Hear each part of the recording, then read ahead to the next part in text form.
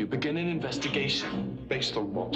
Your imagination? It was obviously a suicide. Never trust the obvious. Uncle didn't kill himself.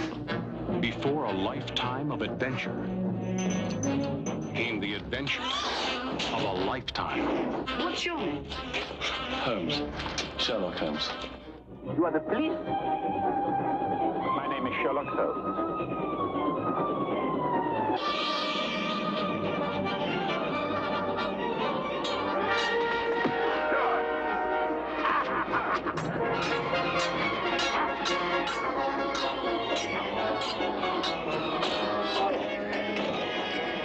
I want to help you. My name is Sherlock Holmes.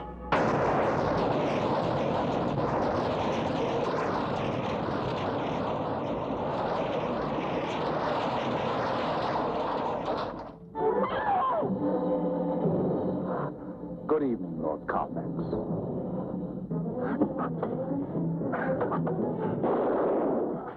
And what, may I ask, do you think of that, Mr. Holmes? Sherlock Holmes, l'homme le plus sage et le meilleur que j'ai rencontré. Comment allez-vous? Je suis Christopher Lee. Nous allons nous intéresser à cet homme, voir comment il a été incarné par des douzaines d'acteurs dans des centaines de pièces, de films et d'émissions. Nous allons rencontrer son créateur, Sir Arthur Conan Doyle, et parcourir le pays qu'ils connaissaient et qu'ils aimaient.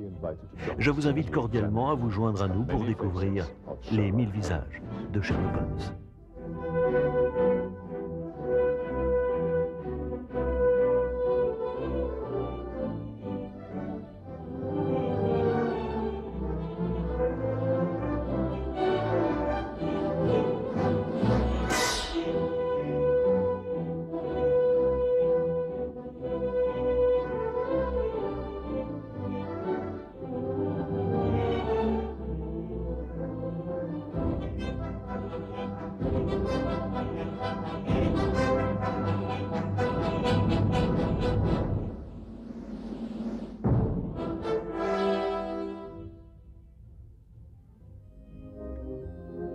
Chaque année, des milliers d'admirateurs se réunissent à Londres pour visiter les lieux où le plus grand des détectives de fiction a poursuivi sa vocation.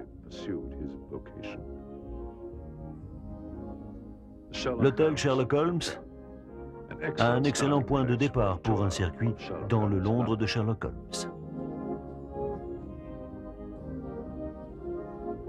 Quand vous parviendrez finalement au 221 Baker Street, ne vous étonnez pas de découvrir une banque. Mais rassurez-vous, la légende de Holmes est toujours vivace. Cette banque a un employé dont le seul travail consiste à répondre au courrier du grand détective. Well, I do hope you've given the woman a soul. She had one, you know. By the woman, I suppose you mean Irene Adler. Yes. Pour Sherlock Holmes, Irene Adler fut la femme, la seule personne à lui damer le pion. Elle vécut dans une maison imaginaire, d'une rue imaginaire, dans ce quartier huppé, St. John's Wood.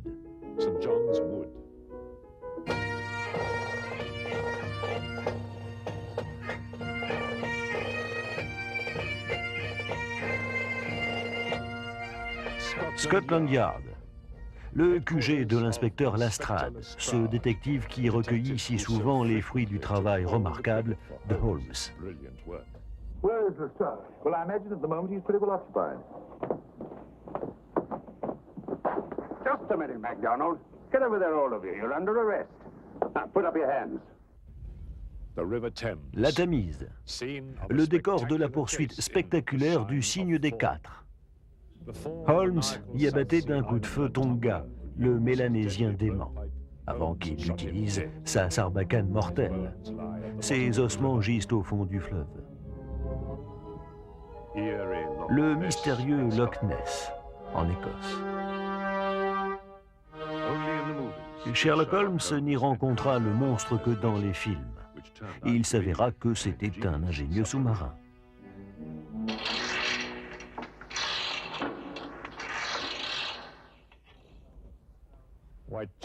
Whitechapel, un des quartiers les plus célèbres du Londres victorien.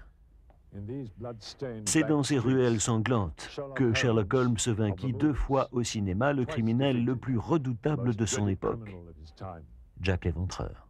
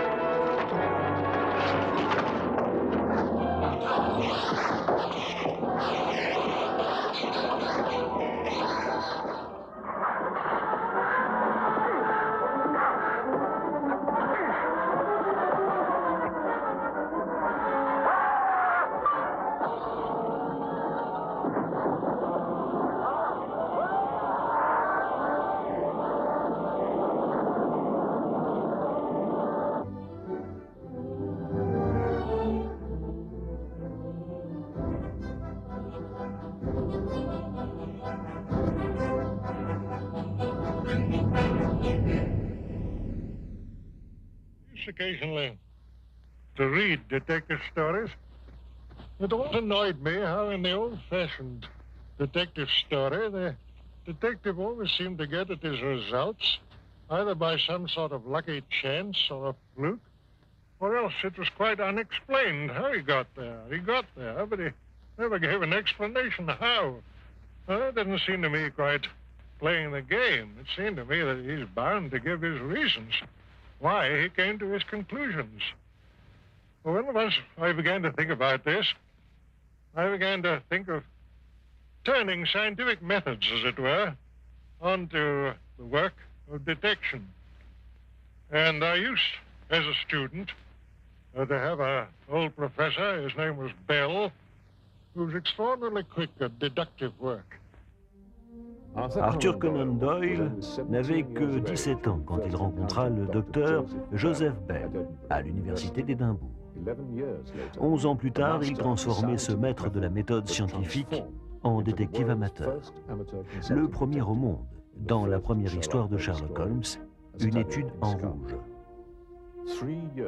3 années passèrent avant qu'on ne persuade Conan Doyle de reprendre ce personnage qu'il avait voulu appeler Shabinford Holmes.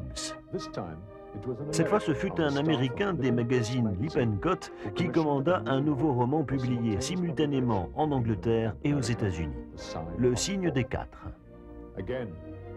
Une fois de plus, Conan Doyle pensa en avoir fini avec Sherlock Holmes. Mais l'année suivante, George Nunez commanda pour son nouveau magazine The Strand une série d'enquêtes de Holmes publiée à partir du numéro 7 de juillet 1891. Une fois encore, Conan Doyle se crut débarrassé du personnage dès que les 12 récits furent chez l'imprimeur. C'était sans compter sur les éditeurs et le public. À l'encontre de ses goûts personnels, excepté le besoin d'argent, il obtint un contrat lucratif pour 11 nouvelles histoires et il décida d'organiser la mort de Sherlock Holmes. Dans le dernier épisode, Le Dernier Problème, il introduisit un archétype du criminel, le professeur Moriarty, qui commit l'impensable. Il tua Sherlock Holmes. Dans une lutte à mort, les 2 hommes culbutaient définitivement dans les chutes de Reichenbach, en Suisse. Conan Doyle le souhaitait vivement, mais il n'eut pas cette chance. L'annonce de cette mort provoqua un tel succès que son créateur en resta déconcerté jusqu'à la fin de ses jours. Pendant que Holmes et Moriarty se battaient au sommet des cataractes, le personnage échappait à son créateur. Cette même année, 1893, voyait la première apparition de Sherlock Holmes en chair et en os devant le public. Charles Brookfield devint le tout premier interprète de Sherlock Holmes dans une comédie musicale intitulée Under the Clock, où l'on voyait Holmes chanter et danser avec le docteur Watson. Mais ce n'est qu'en 1899 que Holmes acquit sa véritable identité théâtrale. William Gillette, un Américain du Connecticut, écrivit une pièce originale qu'il joua à Broadway avec un succès retentissant. Gillette incarna Holmes sur scène à l'écran et à la radio pendant 36 ans. En Angleterre, Sainsbury connut un succès extraordinaire avec la pièce de Gillette et la joua dans tout le pays pendant 20 ans. Il prit aussi le temps d'être Holmes dans un film. Un jeune garçon participait à la tournée de Sainsbury de 1903. Il tenait 2 rôles mineurs, c'était Charlie Chaplin. On connaît la suite. Thomas Edison produisit le premier film du grand détective en 1900. Le nom de l'acteur qui joua dans ce Sherlock Holmes, Baffled, a été perdu pour l'histoire. Mais le film a survécu, le premier de plus de 100 films muets produits dans 6 pays.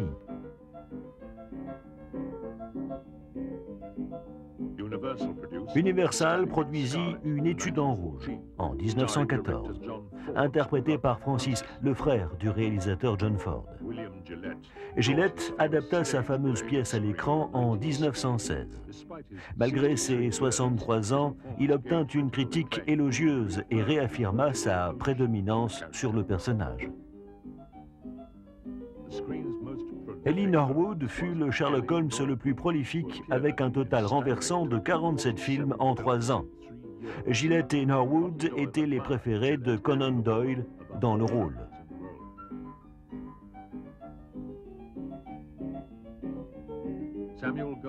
Samuel Goldwyn filma la pièce de Gillette en 1922 avec John Barrymore dans le rôle de Holmes et Roland Young en Watson. Pendant ce temps, Conan Doyle écrivait sa dernière histoire pour le magazine Strand et voyait bon nombre de ses autres histoires adaptées à l'écran, y compris son classique, Le Monde perdu.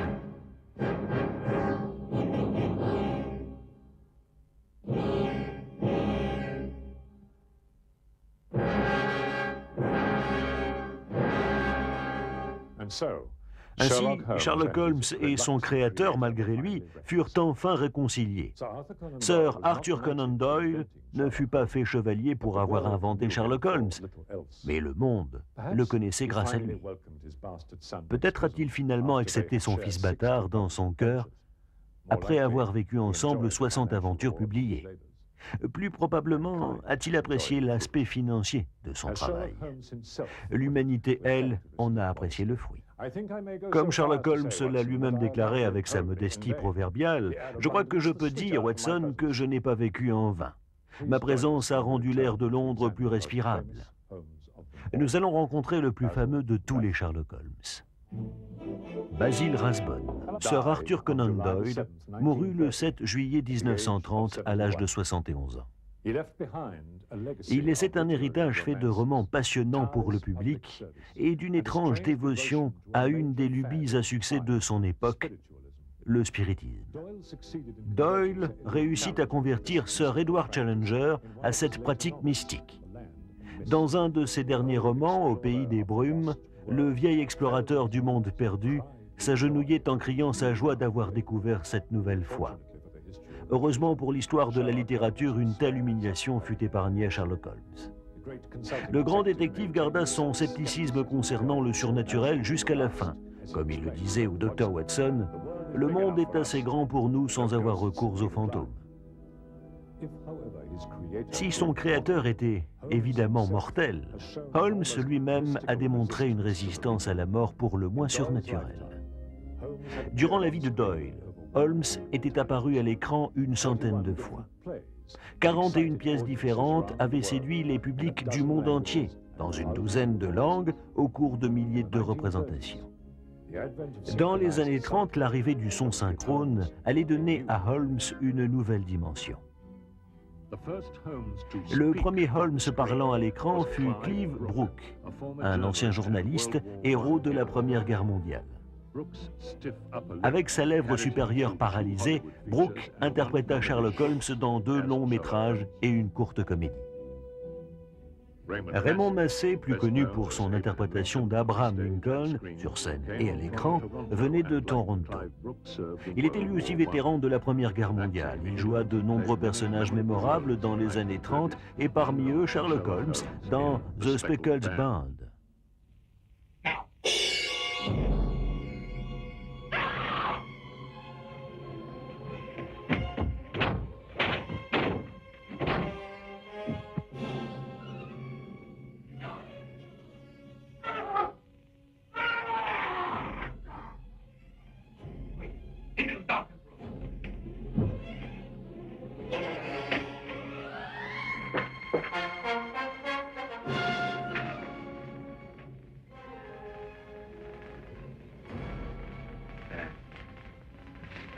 bad. Rosal viper, the deadliest snake in India. You would have died within 10 seconds of being bitten. Pour le public anglais, le Sherlock Holmes le plus convaincant à l'écran fut Arthur Montner, qui joua le rôle 5 fois. Il avait près de 60 ans quand il commença en 1931, et il apporta originalité et humanité dans son interprétation.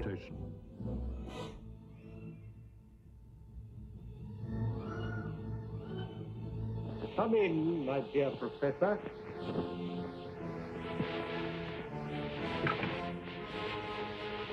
May I point out, Mr. Holmes, that it is a very dangerous habit to finger a loaded revolver in the pocket of one's dressing gown? Just a slight precaution. Danger happens to be part of my trade, Professor. Danger? It isn't a question of danger, but of inevitable destruction. Arrest you, Robert Moriarty. On what charge? Being concerned in the murder of the stable boy, Edward Hunter. You must excuse me for trespassing on your private property. I've had the lift put in order again. You clever... No confidence, please. Listen, Holmes. There's no prison can hold me. I almost wish that were true, Professor. Life would be very dull without your activity. Un Watson devint Holmes, Reginald Owen, qui passa du rang de compagnon de Clive Brooke en 1932 à celui du détective lui-même en 1933. Une étude en rouge ne ressemblait que de très loin au roman. Holmes semblait dans ce film avoir déménagé ses appartements de l'autre côté du hall, son adresse étant devenue 221A Baker Street.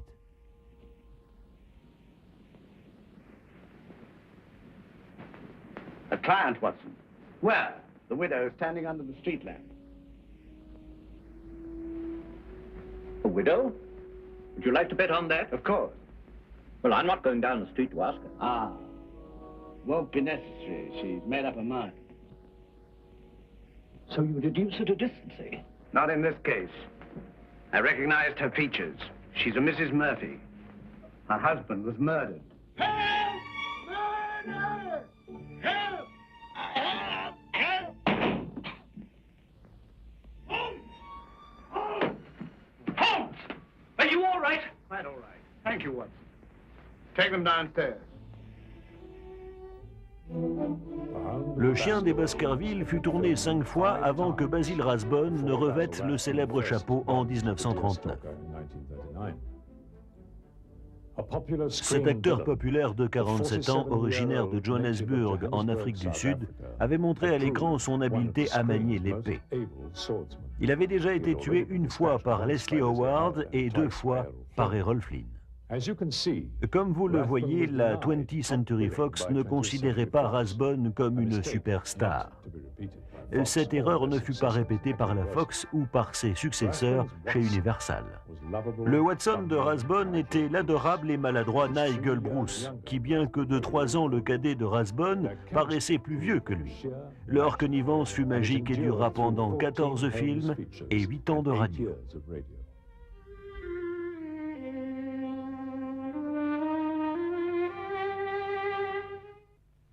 I take it the new issue of the Strand magazine is out, containing another of your slightly lurid tales. Indeed? And what do you call this one?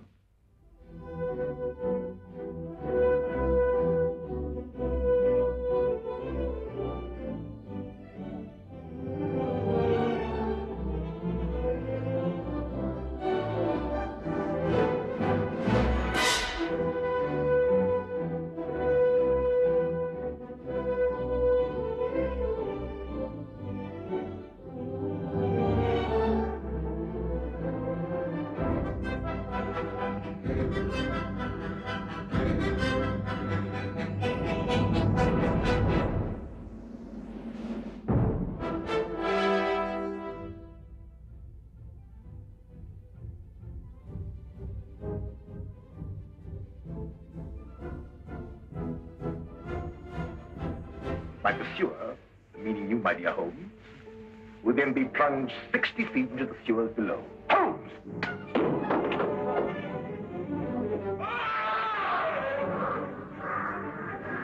Holmes! Poor Moriarty. I neglected to warn him. It seems some careless person came across his trap door and left it open. Come along, Watson. Whoever's behind all this thing must be out of his mind. On the contrary, my dear fellow, if my assumptions are correct, this little scheme has behind it the most brilliant and ruthless intellect the world has ever known. You don't mean Professor Moriarty? I do. Oh, steady, Holmes, you've got him on the brain. This is the third time in as many months you've suspected him of unsolved crimes. He's dead, you know. Is he? Is he? You know he is. But I'll stake my reputation that Moriarty is alive and here, now, in London.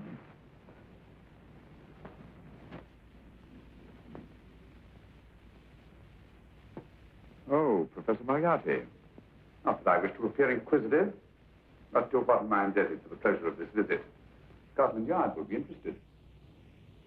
As I get on in life, the little comforts appeal to me more and more.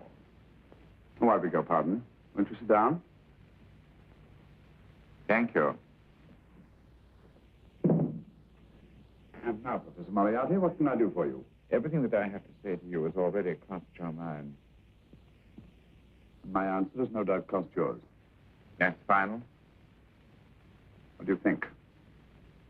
I shall not rest until you are hanged for the finger murders. And now, Professor, our score is settled. Au revoir until I see you on the gallows. The rope has not been made that'll go around my neck. Come on.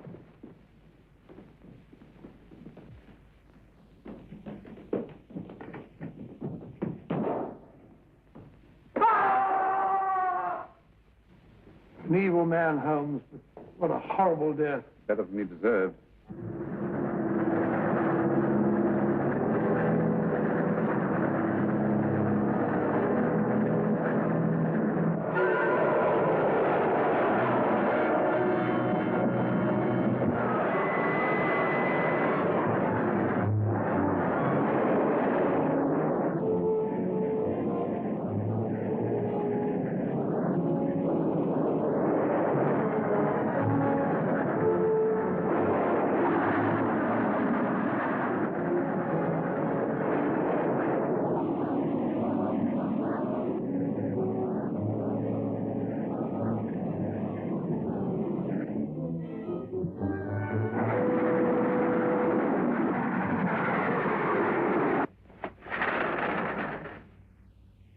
I say, Holmes, What? it's morning. Allow me to congratulate you on a brilliant bit of deduction. Now, up with him, Hamid.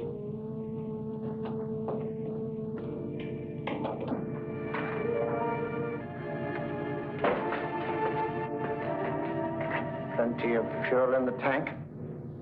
Good. It would be too bad to have anything go wrong through so simple an oversight.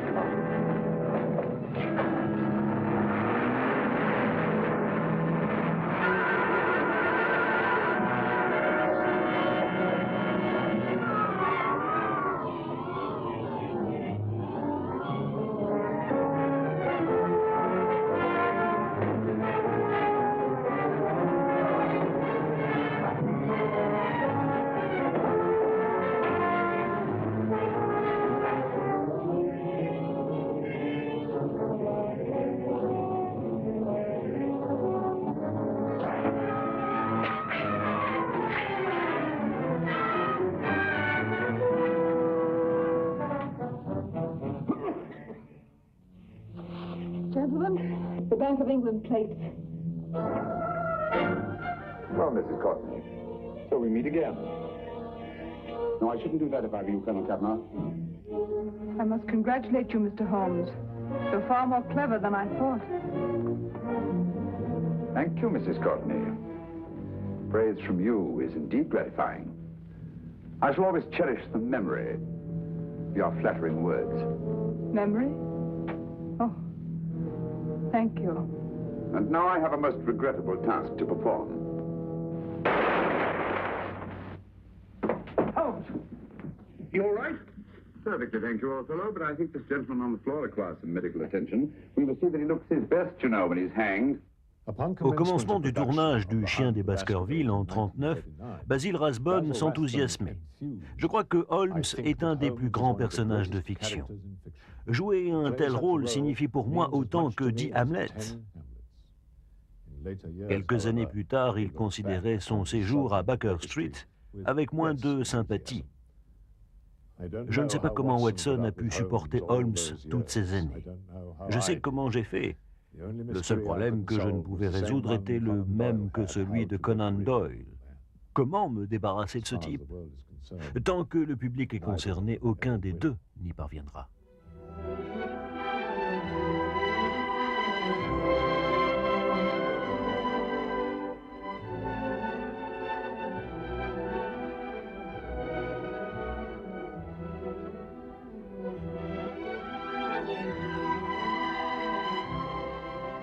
Great detective relies on perception, intelligence, and imagination.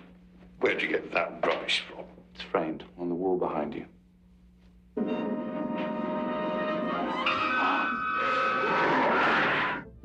Voici une bonne question pour vous.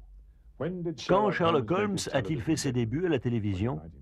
1937, 47 ou 57? La bonne réponse est 1937. L'acteur Louis Hector, qui avait joué le rôle à la radio sur NBC, devint le premier Holmes quand la chaîne émit une soirée complète de télévision expérimentale en novembre 1937. 12 ans allaient passer avant que Holmes ne réapparaisse sur le petit écran. Cette fois, c'est en la personne de Alan Napier, plus connu du public de télévision sous les traits du majordome de Batman. John Langdon était apparu dans 4 films d'Alfred Hitchcock et beaucoup d'autres, avant de jouer dans un film malheureux de 35 minutes en 1951.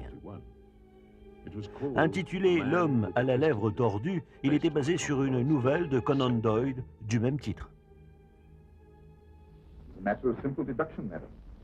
Surely any woman whose husband has disappeared would go at once to his office and speak to his business associates in an endeavor to learn of his whereabouts. Since you have no such knowledge, it is obvious that you do not know where your husband's office is, nor do you know who his associates are. The only explanation is that your husband not only has failed to tell you of his affairs, but has moreover forbidden you to learn them. Why? I don't know.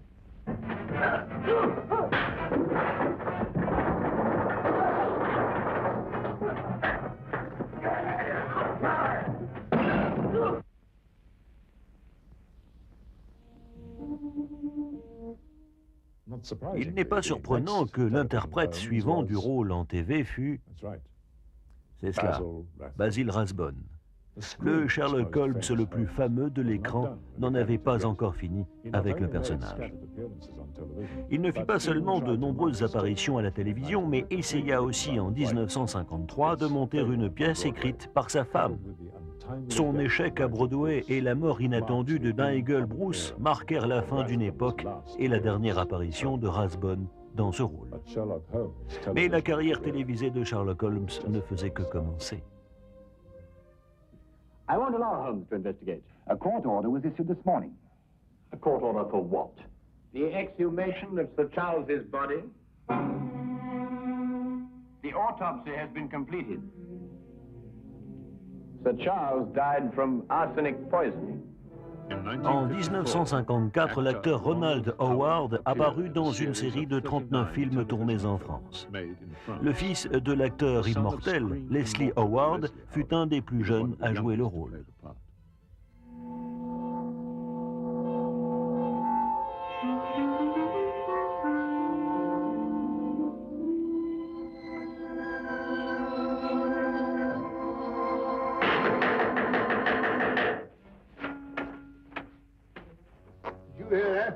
With no difficulty. Or was it?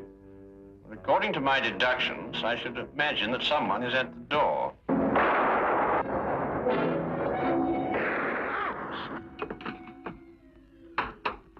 Holmes!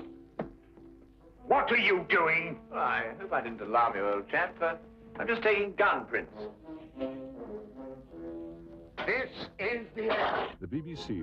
La BBC produisit beaucoup d'aventures de Holmes avec des acteurs aussi distingués que Alan Whitley, Douglas Wilmer, Peter Cushing et Tom Baker.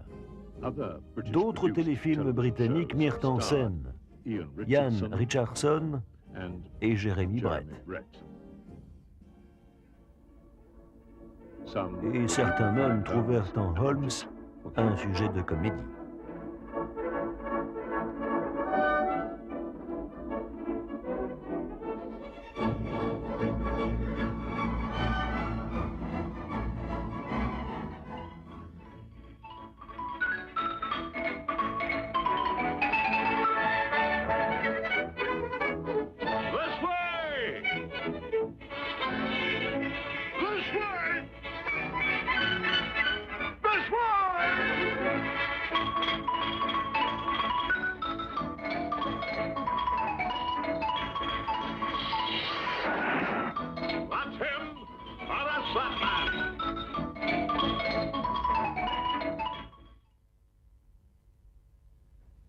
Cette même histoire qui avait marqué les débuts de Basil Rathbone en Sherlock Holmes devint le moyen par lequel un jeune londonien fit sa première apparition dans un film sur le grand détective, quelques 20 ans plus tard.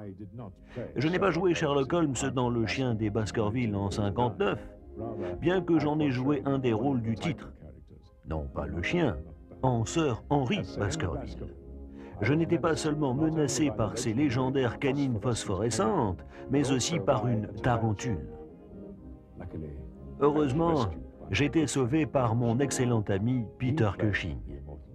Il jouait le détective immortel dans le premier long métrage tourné en couleur. Sir Henry, keep perfectly still if you value your life.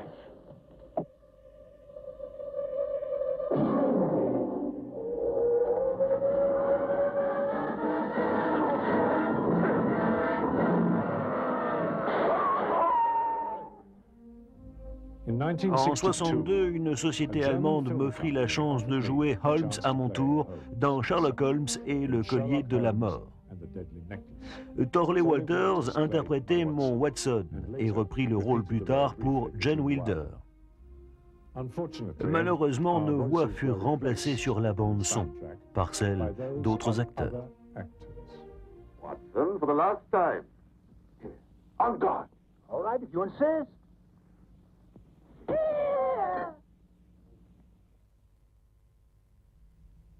Ah, le show business. 8 ans plus tard, j'ai réussi quelque chose qui n'a été fait par aucun autre acteur. Je fus le premier Sherlock Holmes à interpréter son frère, Mycroft, dans le film de Billy Wilder, La vie privée de Sherlock Holmes. This is my brother Sherlock, ma'am. Ah, yes. Sherlock Holmes. We have been following your exploits with great interest. Thank you, ma'am. Nous allons à présent découvrir le retour triomphal de Sherlock Holmes sur scène et la suite de sa carrière ininterrompue sur le grand et le petit écran, où il combattit toutes sortes d'ennemis, du criminel au psychiatre drogué, en passant par le gouvernement britannique. I am on the case and you have placed me there. Now you must follow my instructions. And have the goodness to fetch Dr. Watson's revolver. Sherlock Holmes, le patriote, l'homme courageux, tenace et loyal, doté d'un ordinateur à la place du cerveau, est un des personnages les plus excentriques.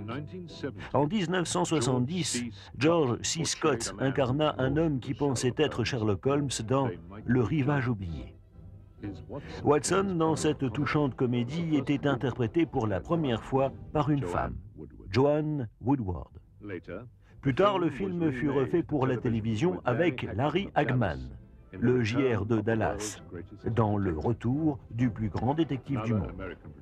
Une nouvelle production américaine du Chien des Baskerville en 1972 fut interprétée par Stewart Granger et par le William Shatner de Star Trek, dans le rôle du sinistre Stapleton. John Wilder fut le frère le plus futé de Sherlock Holmes, dans une comédie sortie en 1975. Douglas Wilmer reprit son rôle de Sherlock Holmes avec Thorley Walters, qui avait été mon Watson. Roger Moore, plus connu pour ses James Bond, joua Sherlock Holmes à New York en 1976. Patrick Macnee incarnait le docteur Watson et le sinistre professeur Moriarty avait les traits du réalisateur-acteur John Huston. La même année 1976, un film inhabituel fit son apparition. Sherlock Holmes attaque l'Orient Express. Il présentait un Holmes drogué interprété par Nicole Williamson qui était conduit contre son gré par le docteur Watson Robert Duval dans la clinique d'un Sigmund Freud incarné par Alan Arkin. You may remove that ludicrous beard and kindly refrain from employing that ridiculous comic operator accent. I warn you, you'd best confess or it will go hard with you, Professor Moriarty. My name is Sigmund Freud. It's no use. My feet are on the inexorable path to destruction. A man may sometimes retrace his steps. Not from the fiendish coils of drug addiction. No man can do it. I have.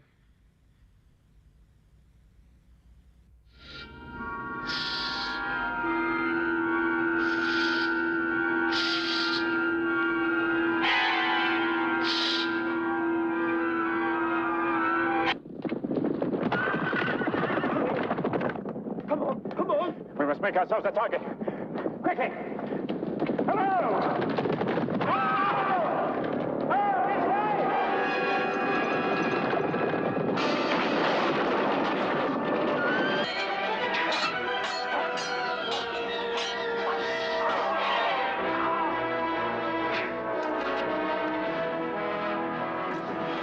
Well done, Holmes. Bloody well done.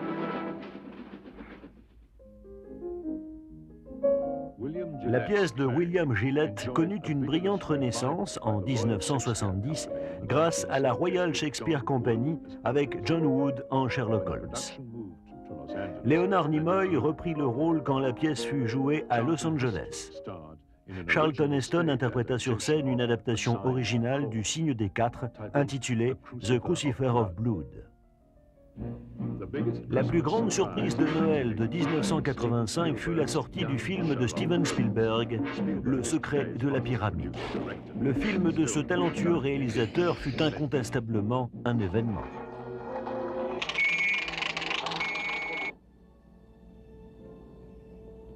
Eta Holmes. Oh, I might have known.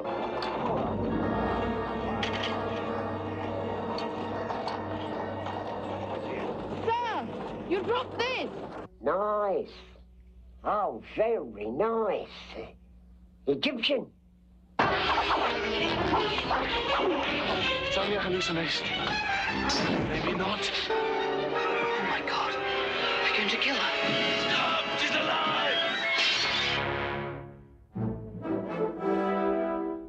Alors que nous approchons du 100e anniversaire de la première apparition de Sherlock Holmes, on pourrait considérer sa longue carrière avec un certain étonnement. Et qu'est-ce qui le rend fascinant pour le public de l'ère nucléaire, alors qu'il a déjà fasciné les lecteurs de la fin du siècle dernier?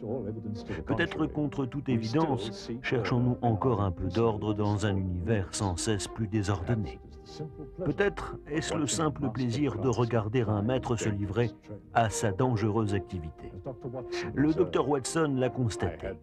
Je n'ai pas connu de plaisir plus vif que celui de suivre Sherlock Holmes dans ses investigations, ni que celui d'admirer la rapidité des déductions avec lesquelles il trouvait les solutions aux problèmes qui lui étaient soumis. Puisse le Sherlock Holmes de Baker Street continuer à nous donner un tel plaisir pendant de nombreuses années encore.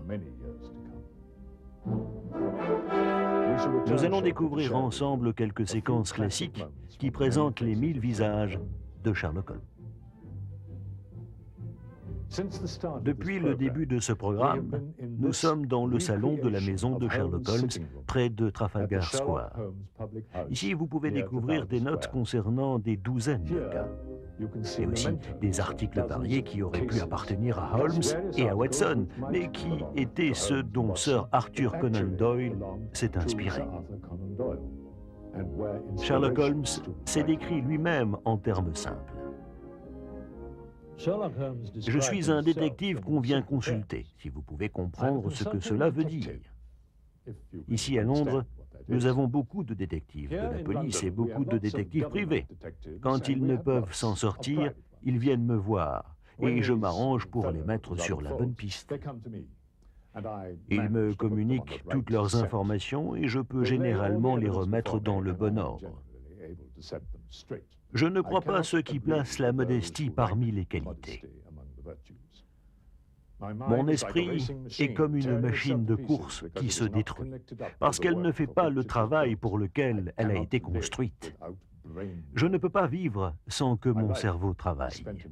Ma vie n'est qu'un long effort pour échapper à la trivialité de l'existence. Jetons un dernier regard à cette liste d'acteurs remarquables, dont seuls quelques-uns étaient présents dans les 1000 visages de Sherlock Holmes. You're the new boy. Yes, I transferred from another school. My name's... Wait. Let me.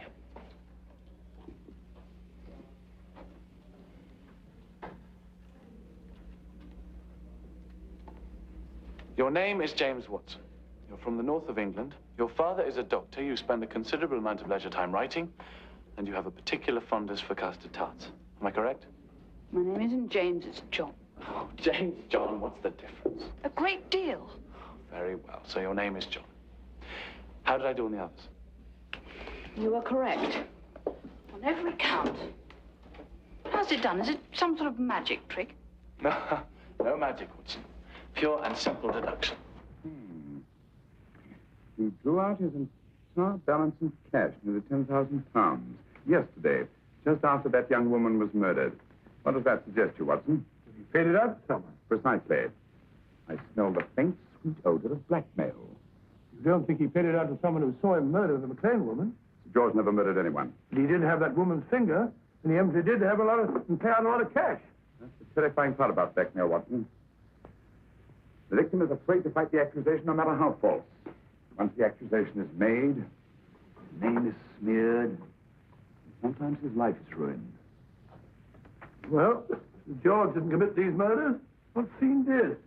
I rather think they're not the work of any one man. Oh, come, Holmes. You don't expect me to believe there's a whole organization going about killing people and chopping off their fingers. That's possible, quite possible. Watson, what are you doing? I'm trying to corner the last pea on my plate.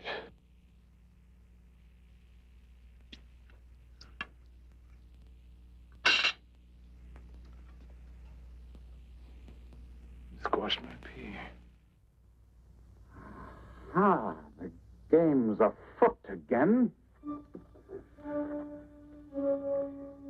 This hat is 3 years old. The flat brim curled at the edges came in then. It belongs, Watson, to a man who has suddenly gone down in the world.